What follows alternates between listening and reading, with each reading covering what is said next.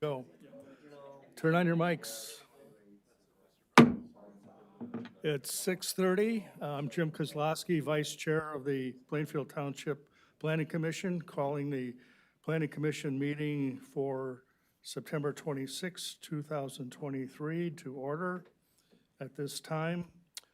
First item on the agenda, second item on the agenda is to approve the agenda. Do I have a motion? I'll move to approve. Support. Motion, support. I think there was a tie there between Jack. This is Robin. Robin? Robin got it? Okay. All right, moving on, approve the, wait. All those in favor signify by saying aye. Aye. Those opposed? Okay, motion passed. Next item on the agenda is approve the consent agenda. There are two items under that. One is to approve the meeting minutes from August 22nd. And the second item is to grant site plan renewal approval for Sherry Dental. Do I have So a move. Move. Robin, thank you. Is there a second? I'll second. All right, we have a second by Brian. All those in favor signify by saying aye. Aye. Those opposed? Motion carries. Next item on the agenda is public comment. Anybody from the public wish to address the Planning Commission? Now's the time to do it. You come up forward, state your name, your address, and your topic. Does this pertain to tonight's meeting or previous? I can help with that. So this is just for public comment. Brian, there will be a public hearing for the ordinance amendments, which I think you're here for. Okay, thank you for clarification. Anybody else? Hearing none, moving on to the agenda items. Agenda 5A is soil removal permit, and this will entail a public hearing. Brian, you want to read the? Yep, I'll read the official. Project name, Brigade Soil Removal. Applicant, Mike Berg, Dykema Excavators LLC. Property address 5701 Safety Drive Northeast, part of 5801 Safety Drive Northeast, and part of 5641 West River Drive Northeast. Permanent parcel numbers 41-10-20-276-15, part of 41-10-20-276-18, part of, and 41-10-20-276-17, part of. Size of site approximately 4 acres. An action requested of the Planning Commission to provide a favorable recommendation to the Township Board for a short-term permit to remove sand and grade portions of 3 contiguous properties for future expansion of Brigade Fire Protection. Okay, is the proponent here want to address the commission before I open a public hearing? Yes, my name's Mike Berg with Dykema Hold on. Excavators.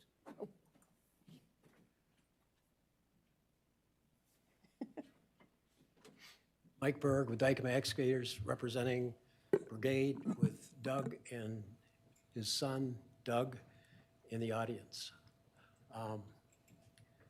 There's 3 properties involved, one of which has frontage on West River Drive, and Trademark Engineering is there. And then the Brigade piece is here, and this ends up being Belmont Plastics.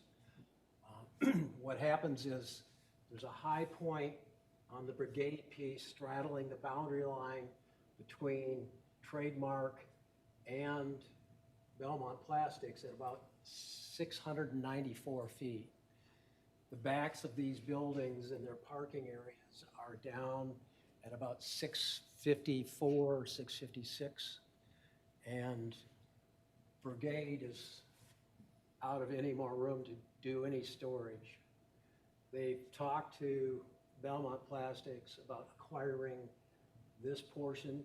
There will end up being a steep grade slope up to the remaining parking lot, as well as there being a suitable flat space for them to expand their business as they would like to grow the business. There is currently a couple issues that will need to be addressed. Belmont Plastics parking lot drains out to Safety Drive, which there's an existing curb cut that will be used for purposes of extracting the sand, excess sand material to go off-site for use on other projects. The existing storm sewer is at a grade way above what will be the finished grades, which will end up being in the mid-50 range. The drainage ultimately for after the excavation will end up being in a detention area that will release to the stream that goes underneath West River Drive, Booth Creek. That is subject to a further review, at which time Brigade owns the property and will be coming in with a site plan approval with engineering plans for what will be their intended use. The amount of sand that we're projecting is about 115,000 cubic yards, and we've reviewed Pete's comments and feel comfortable. We obviously need to edit our comments to match what Pete has proposed, but with a few tweaking, I think that can be done very easily before it goes to the board, assuming we get a favorable response here. The first item would be to abandon the existing storm sewer. We will be proposing a storm sewer outlet to the existing pipe that goes into Safety Drive along the existing driveway that is there. We are encroaching on what will be the 50-foot setback from the property line on the east end in order to get that storm sewer installed, and that would be a very early on exercise to get that installed so that we can start excavating material. The existing driveway that currently comes up the hill is going to be too steep, so we're anticipating removing the asphalt, reinstalling new asphalt for what will be exiting trucks from the site, similar to what we ended up doing, not to the same length, but it will end up being probably 300 feet long, that we have at Northbrook number 8, where we've got the current sand mining operation almost complete. That project, just to update the Planning Commission, will likely be done by the end of this year. Most of the utilities are in the ground for what will be Northbrook number 8. That's just a side note. So the excavation will start at the Toa slope and back of the trademark building, as well as the north edge of the asphalt on Brigade's property, and then excavate to what will be the Toa slope that will be created after the excavation is complete to accommodate as much usable space that we can create on that property. We do recognize a need to communicate with the road commission as we go in and modify what would be that grade coming out to Safety Drive. I have had conversation with them, and I don't anticipate any difficulties of securing their approval of the modification. I would point out that Safety Drive is an industrial road and was designed to accommodate what will be these loads without any difficulty. If there are any questions, I'll gladly try to answer them. Here, is this yours? For a moment, we probably should just go to the public hearing, so what kind of questions there are. Okay. All right, at this time, I'll open the public hearing in this matter. Does anybody from the public wish to comment, provide information?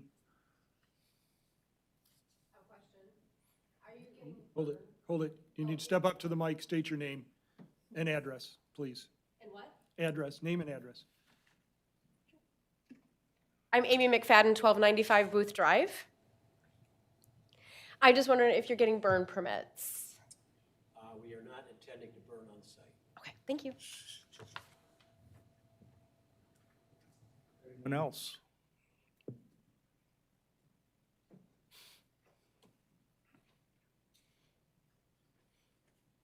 I'm Jody Ross. I'm at 1271 Booth Drive, Ms. McFadden's neighbor. Just curious about the monitoring that the township will do to prevent any soil erosion on the grade. One of my questions. I also wanted to know is, I noticed that the soil removal permit conditions go until December of 2027. And if Brigade's looking to expand, I'm trying to understand why they go till 2027. Is that really an urgent need to expand? And then how often does it mentions inspection by the township, how often does it get inspected? So curious about that. And then just curious if inspections were done on other work that Dykema has done in the area on Safety Drive.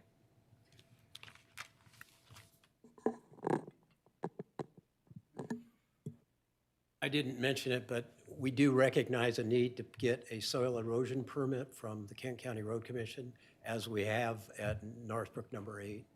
And as far as the concern of erosion and/or once we've excavated the southerly edge, we will continue working our way north, limiting what would be any runoff from the site. We anticipate sand all the way to the depth that we hope to excavate, and it's fairly porous. We don't anticipate any ponding or runoff exiting the site. There are other questions about the permit. You can check with the staff on that. They've got that information. Anybody else? Okay, at this time, I'll close the public hearing. And Peter, anything to add? Sure. In regards to the soil erosion permit, as Mike mentioned, the Kent County Road Commission is responsible for issuing those permits. If there's an issue with them, generally it's on a complaint basis. Somebody will either contact us or the road commission, and we'll address it. In regards to the materials on site, I would imagine this is going to be, as Mike also said, probably similar to what was over in Northbrook, which, based on our experience, was pretty much all sand from what I've seen out there, which does tie into the inspection process. We'll stop out there once a year, take a look at it. This is a very small site. The other sites that Grand Rapids Gravel and Dykema Excavating have much larger sites in volume and scale. We do inspect those also on a yearly basis, but this is more of a small infill project for these two properties. If there are problems, it's generally on a complaint-based process, and haven't really had any problems with these types of projects in the past, other than some minor issues from time to time. So I don't expect a lot of problems with that. That said, as Mike noted, there is some work that will have to be done along Safety Drive there to recontour the drive and stormwater and such. We've also had those conversations with the road commission, and they're agreeable to that. So just give you a heads up on that. There will be no stockpiling on site. They'll be hauling it off of the property, and it does go to November 2027. It is a while, but there's also a lot of volume on this site. And in all mining operations, especially with sand, from our experience, it's kind of a demand type of thing.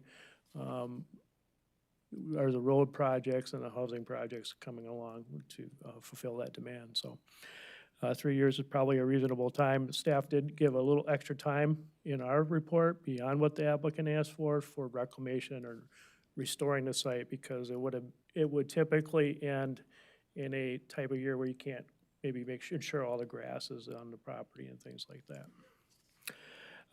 That said, in this process, just for the record, you are a recommending body tonight. This goes to the Township Board. They do final approval of this. And the applicant's looking for a favorable recommendation.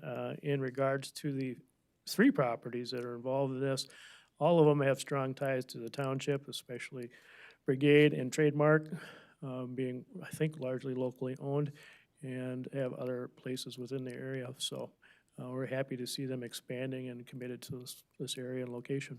And that is all I have. Oh, yes, under the conditions of, you did get the revised storm conditions of soil removal. We had used it as a template from another project, and then all of us failed. Well, I can't say Elizabeth, but Bill and I missed the PUD recommendation portion in there. So we corrected that, and there is a revision to the site plan for a 50-foot buffer as another condition. So, and all of those are very manageable in our opinion. That's all we got. This time I'll take comments and questions from the commission. Jack? Good to see you again, Mike. It's been a while. We've had long experience with Dykema Excavating, and they do quality work. We're glad that you're back, and we're also glad that the development. Brigade Fire is going to expand. We appreciate that very much. I see in reading, in my reading, there's all of the controls that we have used previously for sand mining are in place, and so I'm fine with all that. I have no other comment. Dennis? I have no comment. Robin? There was a comment that was made that there's going to be an alignment between our paperwork, like the hours of operation and the drawings, and Yeah, we've got, I think, different numbers than what Pete had produced, and we can make that modification before it goes to the town board. Ryan? Pete, I guess you can answer this. It's a 4-year permit. Is this going to be another excavating, because you mentioned demand. Is this, 4 years and they're done? There is no They asking for extensions or anything like that? They we've can had that return one to- Major. They could return to ask that, so if the economy sank tomorrow and this project didn't move forward, and maybe Mike wants to answer that, but.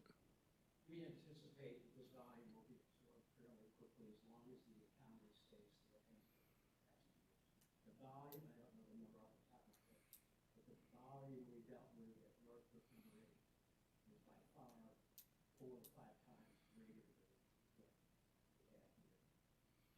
And we are inside that same window of time. Then the new building for Brigade is going to go behind, sort of wrap around trademark? Is that what I'm? What will happen, and we haven't purchased the property, or they haven't purchased the property, but what we're creating is an anticipated stormwater management area, anticipated flat space for Brigade to come into the township with a site plan that will fit their intended use At that time. at that Yeah, time. okay. We haven't talked about square footage or parking, or the access will be maintained to Safety Drive unless they modify their thought process. But we're not giving up or closing that drive as a part of our soil removal. Okay. And as far as you said, the transition from the property back up to Belmont Plastics is going to be a slope. Yes. Would there be any, how big of a slope? Would there be any advantage to doing that as a retaining wall? No, No? Okay, cost prohibitive. okay, This is up at about 684.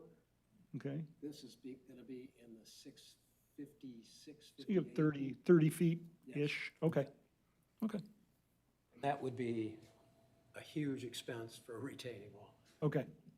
I think that's all. Oh, in the rerouting the storm runoff to Booth Creek, and I'm sure there's a department that will look into this, is that going to be too much runoff for that creek in a heavy rain?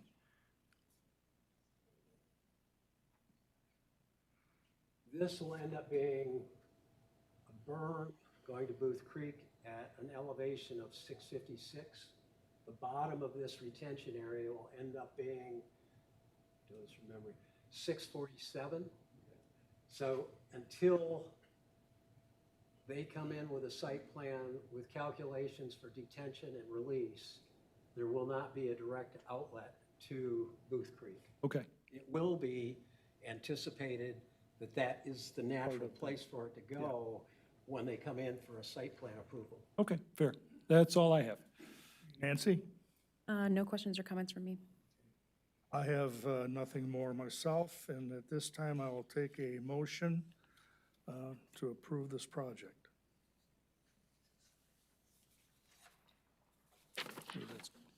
I move that the Planning Commission provide a favorable recommendation to the Township Board for a short-term soil removal permit to remove sand and grade portions of 3 contiguous properties for future expansion of Brigade fire protection, subject to the following conditions of approval. 1, the permit is subject to the Brigade soil removal conditions dated September 19th, 2023. The site plan, or number 2, the site plan dated June 8th, 2023 shall be revised to show a 50-foot setback from the Safety Drive right-of-way. Any modifications within that setback shall be subject to the approval of the Community Development Department. Motion, do we have support? so move. Support. Support. Second? Second. All those in favor signify by saying aye. Aye. Those opposed, Motion passes. Thank you very much. Play in the sandbox. All right, the next item on the agenda is a work item. It's a preliminary discussion. And at this time, I'll turn it over to staff. Do you want me to read the official? Is that necessary first? Sure. Yeah, you can. I mean, I can, if it's, you tell, okay. Hopefully I pronounced this right. Palanque Place is a project name. Applicant is Brandon Visser with Steve Visser Builders LLC. Project address is 4875 Palanque Place Northeast. Permanent parcel number 41-10-26-177-016. Size of site, 5.55 acres. Action requested of the Planning Commission and project description. The applicant is seeking initial feedback on a multifamily development in the R1B residential zone district.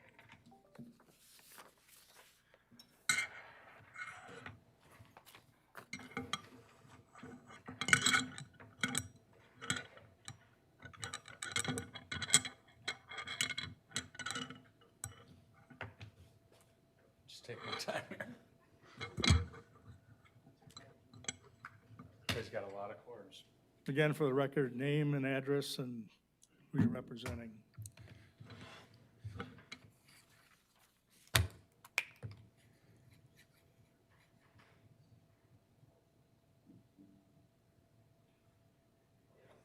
So my name is Brandon Visser. I live at 4848 Walker Avenue, Comstock Park, Michigan. So what we're presenting today is a project at a site near East Beltline and Palenque, which is right off of Grand River Drive. So we're just gonna walk through. We're mostly looking for feedback on concept at this time. Nothing's being proposed for submission at this time, so pretty much just a preliminary concept. So the site is the highlighted area. It's 5.55 acres up on top of a hill adjacent to the East Beltline. There's some office use along the Beltline right there, multiple buildings, and then back off to the northeast, which is kind of backwards, is some single-family homes.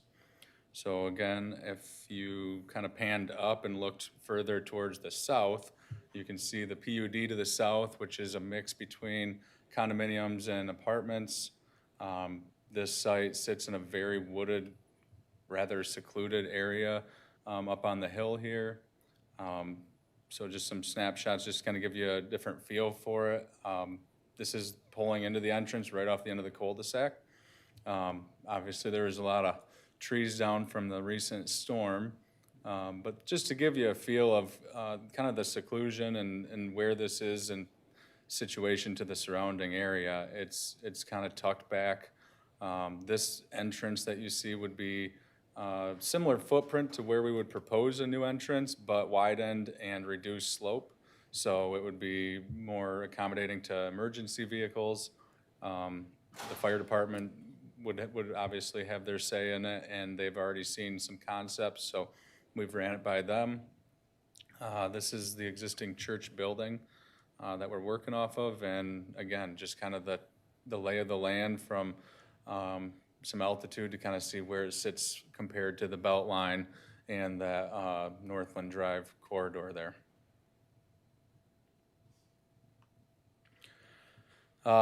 This would be a rezone of some sort, working with staff as they see fit as far as the end use of the project and where we end up. But seeing as it's essentially a redevelopment with a renovation to the church building, converting it into 18 residential homes, units, probably rental of some sort. They're all rather smaller in size, catering towards kind of that working class scenario. So as we'll talk about the amenities later, we're just really gearing towards that specific market for this building renovation. It uses as much as we can from the existing building and stewards the foundation, the roof system. A lot of it is redeemable, but with obviously a lot of work on the inside. So that was how this project was kind of first proposed, was what can we do as efficiently and responsibly with the church building itself rather than just bulldoze it over. So that's how we kind of started, and then from that cornerstone, we've built around that to come up with a site plan and an overall concept that is feasible, because just the church building alone doesn't stand to hold up to the infrastructure that would be needed to get it all to work. So we have 2 other residential buildings proposed as well. One's an 18-unit and one's a 12-unit building.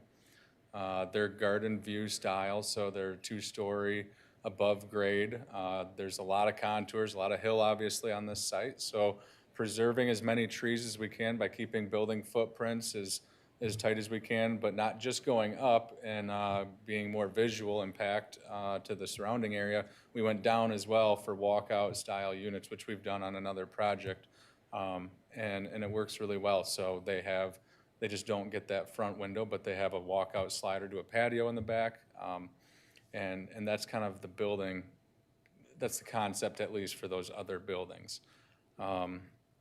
As far as density goes, it puts us at like the 8.6 units per acre, so we're well below the threshold if it was the higher density in the township zoning ordinance, which is closer to 10 and above. We're trying to keep it somewhere where we have a reduction in parking, so we actually downsized our parking a little bit with some staff guidance to reduce the overall footprint and impact of trees to clear and grade to change. So with a studio style and 1-bedroom apartments in the renovated church building, we probably don't need 2 parking spaces for every single unit and just plaster the site with parking.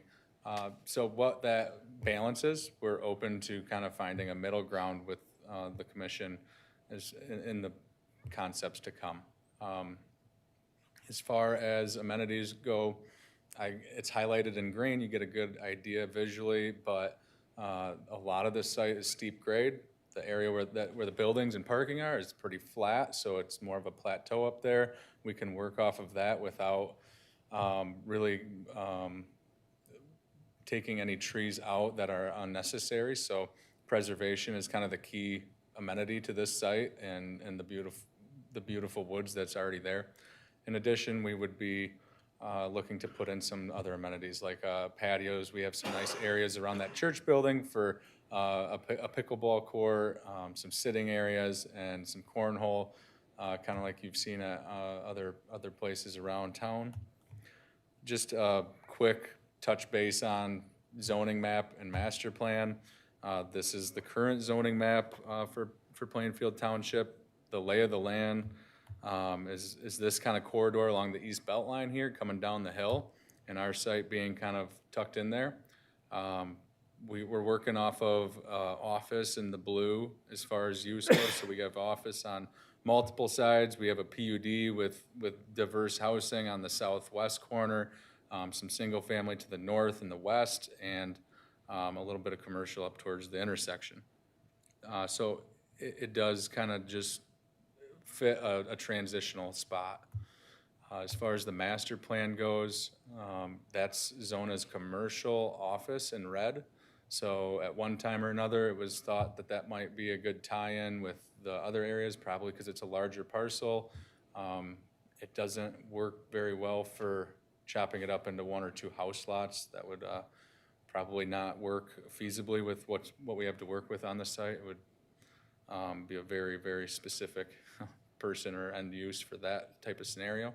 But also, we don't think commercial is the best fit for that site, considering it's at the end of a cul-de-sac. So doing something with a median traffic impact and a little bit more of a blending to the surrounding area was kind of the concept there. As far as some of the trip generations, we ran some preliminary numbers. These aren't official. We didn't do an official study, but we do have some reference numbers to base these off of. So as far as peak hour trips per day with a 48-unit project like this, we're talking 17 to 18 trips in the morning and 21 at night. The existing 14 single-family homes would generate around 11 to 13 in the peak traffic hours. So we believe that there's a pretty adequate infrastructure in place as far as pulling out onto Grand River Drive from Palenque to handle the additional traffic. It's not one of the more impactful uses, and because of our setup, these are trip generation numbers based on traditional multifamily. There could be some credits in place for the numbers based on a smaller unit that we have proposed. So just kind of gives you a feel. We also kind of looked at that intersection and where we would flow out to. So Kent County Road Commission had some traffic study numbers that I found. On the west side of that intersection, there was currently a 676 vehicles per day. On the east side, coming from Grand River towards Knapp and so on, was 3,042. To us, watching 30,000 cars go up and down the Beltline every day, it seemed reasonable to say that there's capacity at the intersection on a high level for the extra 200 vehicles or so that we would be putting towards that area, as well as there's also an avenue that connects this development straight to the west and can go right onto Plainfield Avenue. So our thought is that this would be great for people that are working on Plainfield Avenue. It's bikeable from Plainfield Avenue. You can also cut back on a bike and go out onto 5 Mile Road and tie into Plainfield that way. So 2 connections to Plainfield and one to the Beltline seems like that would be a good fit for some working class housing as well as some small families. Missed some circles. Church renovation, so just the building itself, just to give you another visual representation, it looks a little bit underloved right now. But there's some really cool 70s style architecture inside that we want to maintain. So those really long glass windows on the top. We have proposed some loft units utilizing the whole vertical space inside of that area. So on the main floor, there'd be one. There's a concrete floor dividing those floors, so it's very robust. It's nicer than something I could probably make work on a new construction apartment style building. So it'd be a really nice, well-built, constructed building with a lot of safety mechanisms already built in, and just the kind of the beautification of an existing building with that loft style setup on the second floor. The other buildings, just to get an idea of what they would kind of profile like from the parking lot, this would be the exact end height of those buildings, and then again with a walkout on the backside. Internal stairs, so people are coming in, they don't have to go up and down outdoor stairs. It's just a little bit of a nicer way to do it. Sitting areas that we have shown, just as a visual, just something to put a picture to the word. We're thinking just some seating with some places where people can sit outside and either work, maybe do some outdoor meals, and then tie in with the other amenities, which we are proposing to do some nicer amenities, like a pickleball court we mentioned, and then just additional outdoor entertaining areas that are solely kind of resident based. So they're not retail, they're not bringing in revenue, but they're just there for them to use if they want to have a little bit more than just a indoor living space. As far as other details go on the plan, I think I covered most of them, but you can kind of see a little bit more on the zoomed in version here of the patios along the parking lot and a pathway going around the back to kind of the backyard of the church where that photo was kind of taken from, just so you can kind of get a feel, because as unique of a site as this, it's really hard to get a visual. So that's kind of what the video and the pictures are supposed to kind of help with. Other than that, I think that's kind of all we got for concept, and we're looking for as much feedback as you can give us. Hey, right there, Peter, is there anything that you'd like to provide in terms of input? Elizabeth? Guys.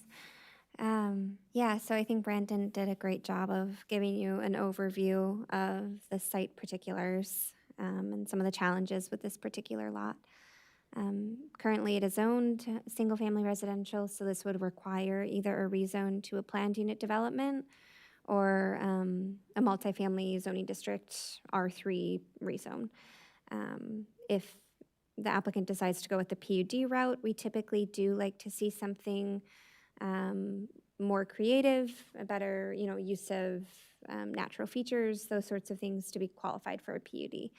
The site almost works for a straight multifamily rezone. They would need a little bit of wiggle room on setbacks, though. So that's just kind of the zoning in a nutshell. The master plan, however, is a little tricky for the site. It's commercial office currently, and we will be asking you in the next few months to look at the East Beltline more closely during your master plan update as a whole. The site does not have direct access to the Beltline, and there is a steep grade to the Beltline. So it's a tricky site. And with the changing nature of commercial office, we're not sure that fits along the Beltline. It doesn't fit with the demand that we're seeing for land use there. So we really are looking for your input on what you think is appropriate on this site. And if you'd rather wait to have, the whole discussion for the Beltline during the master plan review, we can certainly do that as well. Do you have anything to add, Pete? So the common theme that with this property, this is the second time we've talked about this in the last 2 or 3 years, is the cost of infrastructure, getting utilities up there, and that's what's driving the need for density for the most part on this. Alternatively, you could tear the church down and build a single-family house right now. It's possible to get a couple splits off of that if you were to get existing private road approval, but you are at the end of a dead-end cul-de-sac with some steep grades there. So that said, I would expect if this moves forward, you have a neighborhood there on Grand River Drive or Palenque, excuse me, that's been used to the isolation of that private or that public drive for quite some time. And there will be certainly opposition to this project and probably quite vociferous. So that's all I have. Just wanted to give you that info. Thanks. Start with Brian. Okay. Snow removal of that road, is that going to be on the property? I mean, you responsible for that, or Everything from the driveway into from the the end of the site. cul-de-sac up is, Yeah. okay, okay.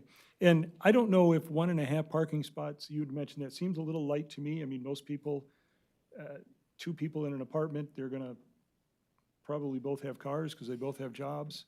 So I don't know if I'm overly worried, but 1.5 seems a little light, maybe. And there is no stoplight when you take Grand River out to the Beltline. Correct. Okay. And we have no jurisdiction on that. That would be a state thing, Yeah, the Beltline. we would ask for, if this moves forward in any capacity, we would ask for some preliminary comments from those jurisdictions on traffic there, yeah. I think that's, Brandon, nice visuals. We appreciate doing that, so we really get a good feel for what you're trying to do. I think that's all the questions I have. Nancy? I'm just curious about the decision for studio and 1 bedroom versus like 2 bedrooms, or just what does the project look like with slightly larger units? Yeah, and I think it just, I forgot to mention, we would be putting on there's on the bottom right of that church building, there's a little dash line. That would be an addition for a small extension of the building, but running with the all same internal, but we would like to add another entrance from that side, so we have multiple access points. And then as far as the 2-bedroom versus 1-bedroom versus studio, we're ultimately just trying to find a healthy balance, because there's a scarcity of the smaller units, and there's it's a more difficult style design to fit into some of the new construction stuff. So this building, the way just dimensionally, I had an architect go in there and measure everything out and transpose the plans into new plans, and we actually have some concepts for those. So I can actually show those to you too. So just to get an idea of what some of those would look like, it just worked out better dimensionally mostly to fit those in there, and on the project scale completely. Our other 2 buildings are all 2-bedroom, all 2-bath. So that covers that end of the project, but we're not looking to do just a full-scale two-bedroom, two-bath offering here. So this would kind of give us a little bit more diverse clientele. And did you mention this is primarily going to be rental? So is there going to be like a rental office on site there, or? There isn't planned to be, just to keep out, a lot of that's done less physical these days, but there would be a management company in place to professionally manage these. We don't have a lot of parameters on that yet, obviously still in concept, but professionally managed, professionally maintained site. It would be a local entity, that's all I can say. I just am also going to echo some of the parking concerns, mostly because with amenities like pickleball and cornhole, if you're a single person in a studio apartment, who are you going to play with but your friends? So I get shrinking the parking footprint for the residents, but what about guest parking? What volume are we expecting guest-wise? And has that been taken into account when we're potentially shrinking the general number we would have of parking spots? So that's just comment. I think that's it from me. Robin? I really like the concept. I like the inclusion of single bedroom and offering more of it. It's a little bit of a stretch for walkability to employment, but bicycle, okay. It's also quite a stretch for our almost non-existent busing right now, but that's something that we can improve on as we work with the master plan and try to get more folks in here.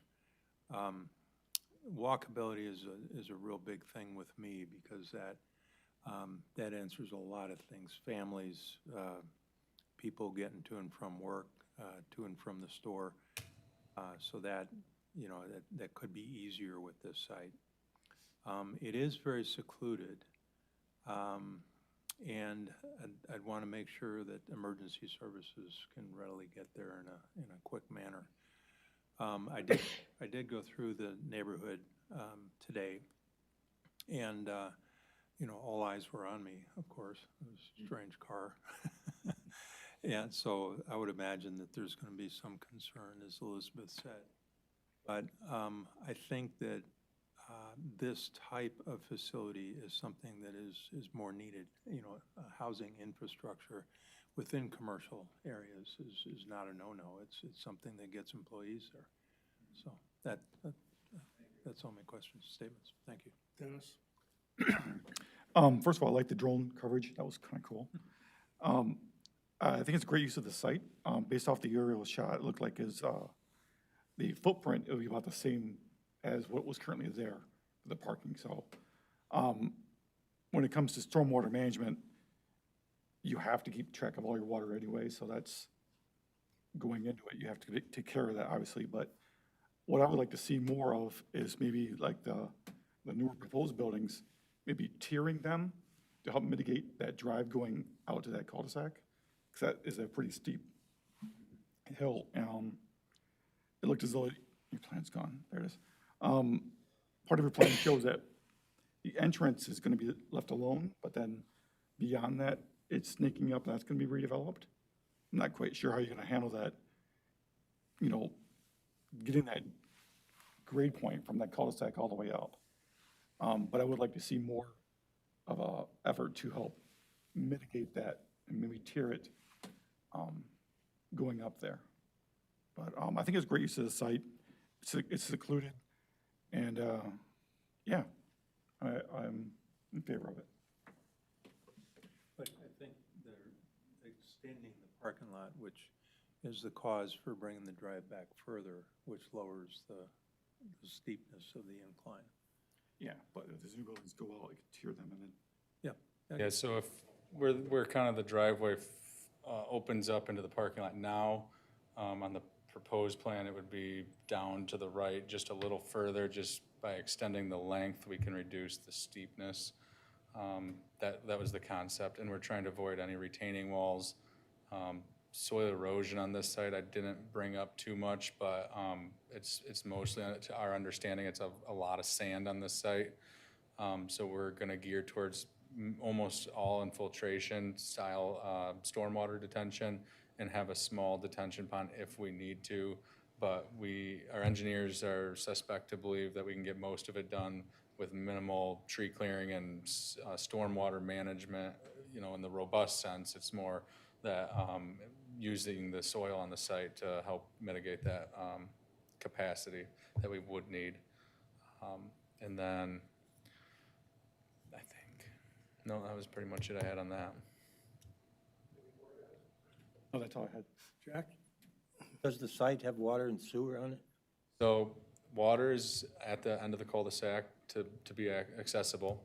It currently does not have water to the church, so that's one of the perks. This church has, in a negative light, burned 2 different times, to my understanding. The fire department obviously has concerns with that. Running water up, all 3 buildings would have fire suppression systems in them. So just the emergency aspect, they can kind of take a little bit of a sigh and say, at least we have a lot better, more technology as far as the timeliness of putting fires out on a plan that runs that type of infrastructure in all these buildings. Sewer is located just up Palenque. I don't know if it's halfway or 2/3, but that would be a part of the more robust cost of developing this site, is the fact that we would have to take up some of the road and extend the sewer to our site and then up into our site. That's what we're proposing. Pete kind of mentioned that was what kind of deters some of the other development, or in other terms, what merits some of the density that we would need to have on this site. Granted, I think the density fits, but that is another part of it, because there is some more cost to getting to where we need to be. The only the concern, well, when this was proposed a few years ago, I think it was in the middle of the winter, and I trudged up there in 2 foot of snow and took a look at it, and it's quite a grade. I'm a little concerned about that. That's been mentioned. And the stormwater runoff, I'm not really sure how you can handle that, but that's to be discussed, I'm sure.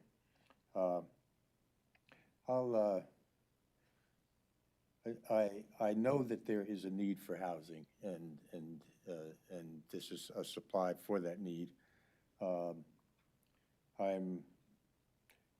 At this point, I'm neutral about it, so we'll just see how it goes. Like Jack, this is my second time looking at a project up on top of the hill. And I guess I'm pleased to see the work that's gone into reformulating what you would like to do with the site. I think we got an uphill climb on the zoning issues and master plan conflicts. We keep running into those through the process, and that's why one of the reasons we're updating the master plan. But in the preliminary work in the master plan we've done, there's a call and a need for more diversified housing in the township. The question is whether these can be brought in at a price point that's going to be attractive to the type of clients you want to draw to this area, and what they can afford to pay in terms of rent. We want to make sure they're affordable. If it's going to occur. But I think, again, it's a step in the right direction. It's got some work to do. If it happens, we're adding to that housing net that we need to add to in the township. And I think the review of the master plan may solve some of the master plan zoning issues as we work through it. Anybody else with any other comments? Questions?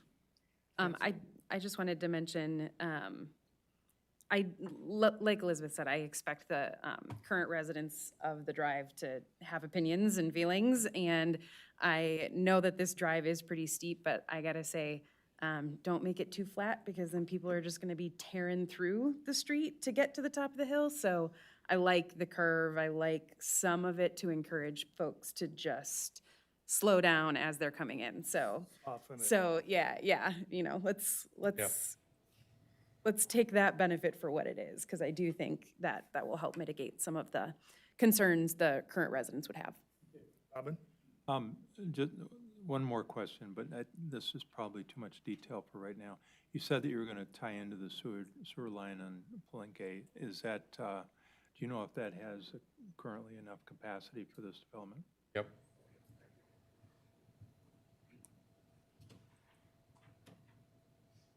I guess that's all we have to offer. Appreciate the opportunity to discuss the project with you. Yeah, I appreciate you taking the time to look at it tonight. We're excited about it, and I think gives us kind of the ability to put our heads down and kind of hash some things out and see if it's something we can work towards a submission for. Question, do you have any idea of potential rent ranges?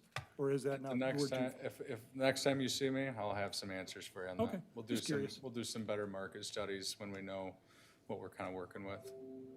Fair enough. Appreciate it, thank you. Okay. On to item agenda C, zoning ordinance amendments. Brian, you want to read is there anything to read? If not, the action request is to approve an ordinance to amend for multiple zoning ordinance text amendments as proposed by the Plainfield Township staff. And there will be a public hearing on this as well. So staff, you want to present, please? Sure. Yeah, we can do that first. Most of these amendments are cleanups and clarifications on various items, mostly for ease of administration of the code. But there are a few more substantial changes that I wanted to point out, see if you had any questions on. The two ones that I think maybe we need to discuss a little, or if you have any questions, we do propose an amendment to allow an accessory building much larger than what we currently allow in the code as a special land use permit. So up to you guys if you think that's a good idea for the township. There's some benefits in terms of, with a special land use, we would be required to do a public hearing. We'd have a little more control over screening, landscaping, use of the building. So that's the direction we were kind of going with that one. And then the next kind of larger amendment we did was to the non-conforming chapter. Last year, we did an amendment clarifying a bunch of items on interior remodels for non-conforming buildings. And this year, we focused on clarifying exterior remodels to non-conforming buildings. So big changes there. Let us know if you have any questions. So we'll open a public hearing on this matter. Anybody wish to speak?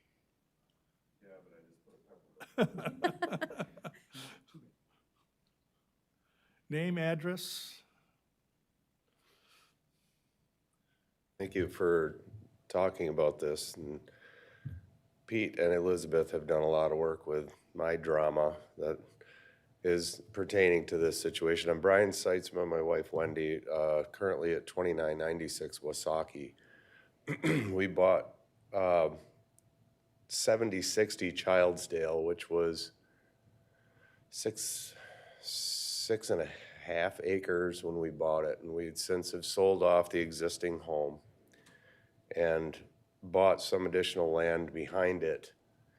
And working with Pete and Elizabeth, trying to figure out our site plan, we're not gonna develop that property. We want it for a single-family home site. So we're about 6.5 acres total, I believe. And we had looked at a different piece of property before that on 4 Mile that was 20 acres that had, I think that was originally an agricultural use, but that barn was 120 by 80 or something. It was huge, and we did not need that much. My wife reminded me of that, still does. But we wanted to build on Childsdale because that piece of property acquisition didn't work out at all. It had a lot of problems. So last week, I presented to the ZBA a zoning variance request because over 5 acres, we can have up to 5,000 square feet of accessory building. Of that 5,000, your attached garage is part of that square footage. And I think the total that can be attached to a house is 846, is that right? It can go up to 1,200 square feet based on the 1,200. size of the house. Okay, thank you. So we want, and again, this is just us, we wanted to replicate the house we built on Wasaki, big 2-stall garage, which was about 800 square feet. And we proposed to the ZBA a 3,500 square feet single barn structure finished to match the home with a 12 by 35 attached porch. Now, when I say porch, well, first of all, back up a little bit. We are high-end custom home builders. We're a smaller family-run company, and we are not going to run our business out of this barn. We don't have a workshop, we don't have manufacturing, we don't store chemicals, we don't do any of these things. This is gonna be our home. So back to the barn, we had 3,500, which was a 50 by 70, was the main structure. Above that, you're allowed up to a 2-foot overhang. That doesn't count as the square footage, I believe. And the 12 by 35 was gonna be a covered porch outdoor entertaining area. The covered porch counts as square footage, so the total was 4,100, which still fit in my mind, but yet I knew 2,400 square feet was the maximum allowable in your ordinance for one single structure, accessory structure. So I was thinking about this, and it really limits the ability to do different things. I mean, I may want to put a motorhome in there someday. I may want to play pickleball all winter long and not fight the new religion of pickleball at public places in the winter. I might want to have my boat. I might want to restore an old Chevelle. I might want to do that kind of thing in my own barn, but have more room than 2,400. And when I began to look at this, I laid out a 2,400 square foot structure, which ended up being 30 by 80, which worked out kind of for what I wanted to do. And then I looked at the remaining 1,800 square feet I would have, which is another 30 by 60. And I'm thinking, I'm hoping you guys didn't write this ordinance.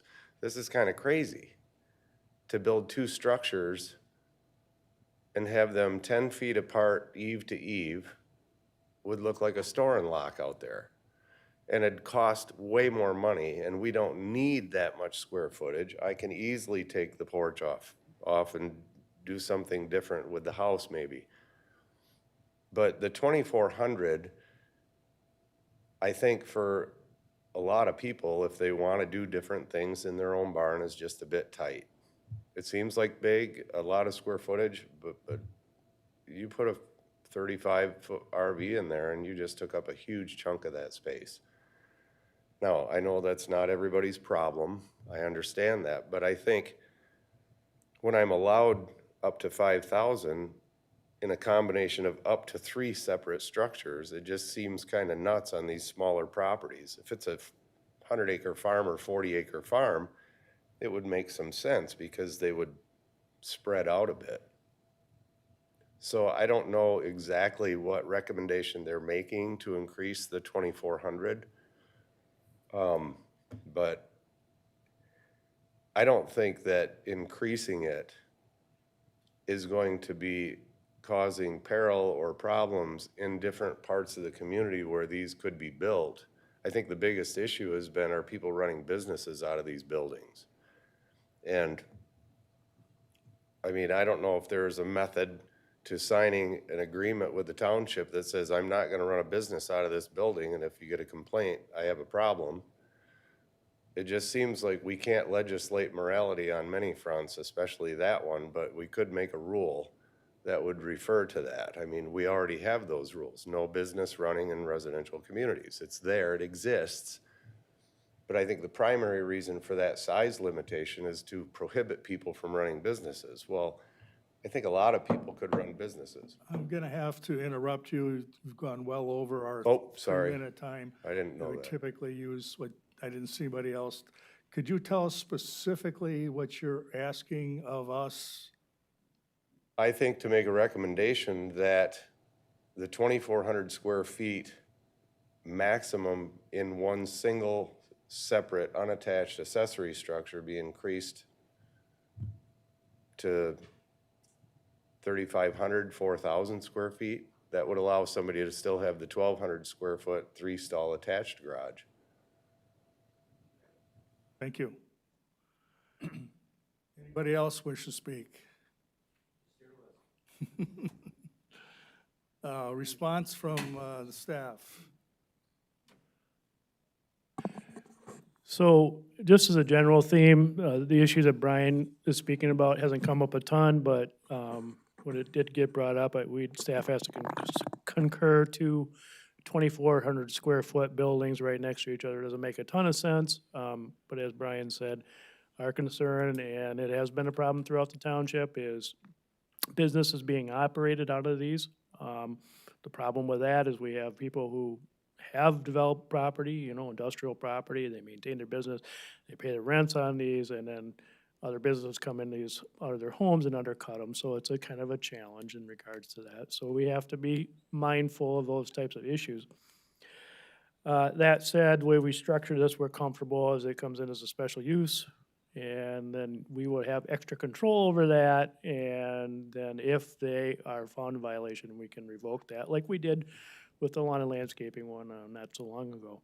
So it's some heavy lifting at times, but I do see where people want to store their toys inside, and we've also kind of been advocates of that because it cuts up on the clutter and junk outside quite often in many cases. So building on that, there's some other issues over the years that fall in a gray area where staff's had to make a decision where it's like, are we comfortable with this or not? So we've cleaned up some of that language in there in terms of accessory buildings and that kind of thing. And then, of course, we've had these cargo storage units and that stuff come up over the last few years, people wanting to live in them, things like that. I had a guy dropped one down in the river about 6 years ago, thought he was gonna live in it, so they can become a problem, so we had to start addressing it. So maybe even be a little bit behind the times in that. Well, anyways, a lot of these are cleanups. I did the accessory buildings and then a lot of that kind of stuff. Elizabeth did all the heavy lifting on the non-conforming stuff as it relates to MXU. So just question us away and let us know what you got. Okay, thank you. Well, I'll close the public hearing formally. And with that, we'll take questions, comments from the commission. Jack? Well, I think what you're proposing is reasonable, and I have nothing to add to it, Peter. Dennis? No, I think it's a nice cleanup job. So. Robin? I would ask for some explanation on cargo shipping storage containers. Architecturally, they've been investigated pretty wholeheartedly over the last 10 or 15 years, and some really nice-looking homes have come out of it. So are you talking about cargo containers that are still possible to be moved, or ones that have been modified to be permanent structures? If they're modified and built into a permanent structure, that may be a possibility. Our thought is in most cases where this is going to come to a head will be within a PUD and commercial or some sort of multifamily housing type of arrangement or something unique. And so our ordinance is really geared to direct that more to the PUD. And this is more to address people dropping them in their backyards in residential areas and things like that. Now, I can't tell you for sure, we might not have to tweak this, and it has crossed my mind, we may have to if things move on. But for now, we're comfortable with this and then adjusting it if we have to. Nancy? No questions. You did, now, in the ordinance, we've increased the square footage for an accessory building from 24 to 38. And that's one building. That's one building. The logic behind that is that our largest size we allow on non-ag properties is 5,000 square feet. We do allow up to 1,200 square foot attached. And the other thing is that you may ask, well, most people are happy with a 3-stall garage, which is about 864. Well, what happens in our experience is somebody moves in, they want to put a pool up, they want to have a pool house or whatever, so we're trying to reserve some space for the future. So, but we are up to 3,800. Yep. Going in the right direction, right? I think that was the only question I had. I have nothing more, and at this time, I would ask for a motion to approve. I move that the Planning Commission recommend the Township Board approve the ordinance to amend for the proposed text amendments. I'll second. Motion to approve in a second. All those in favor signify by saying aye. Aye. Those opposed, motion carries. All right, staff comments. Anything more to add this evening?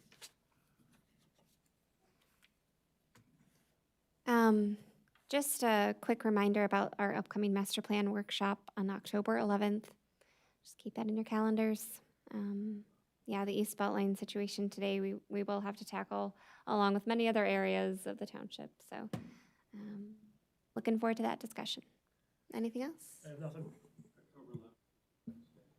Yeah, yeah. All right, planning commission comments. Jack? I have nothing. Dennis? Nothing. Robin? Nothing, thank you. Brian? Propane lane. No sign, no permanent sign. They received, they at least got their permit for the permanent signs and a purchase order. So, It'd be nice to see some movement on that, just yeah, I agree, make it a little nicer looking definitely. in that. And I guess the come and go, are they moving forward? I haven't seen any, do we know? Is that funny, Pete? But okay. I had a funny saying, but I don't think I can, I don't think I can pull it off here and not get fired. We have not heard anything from them. They have not even purchased the land yet. I think they have already purchased the land, but it's just, you know, Okay. with these, they're probably just doing their due diligence at this point, maybe an environmental upfront. Car wash there will just continue to operate, I guess. Okay, fair enough. Nancy? Nothing? I have nothing. We are adjourned. Thank you all. Did a good job. Stumbled a couple times.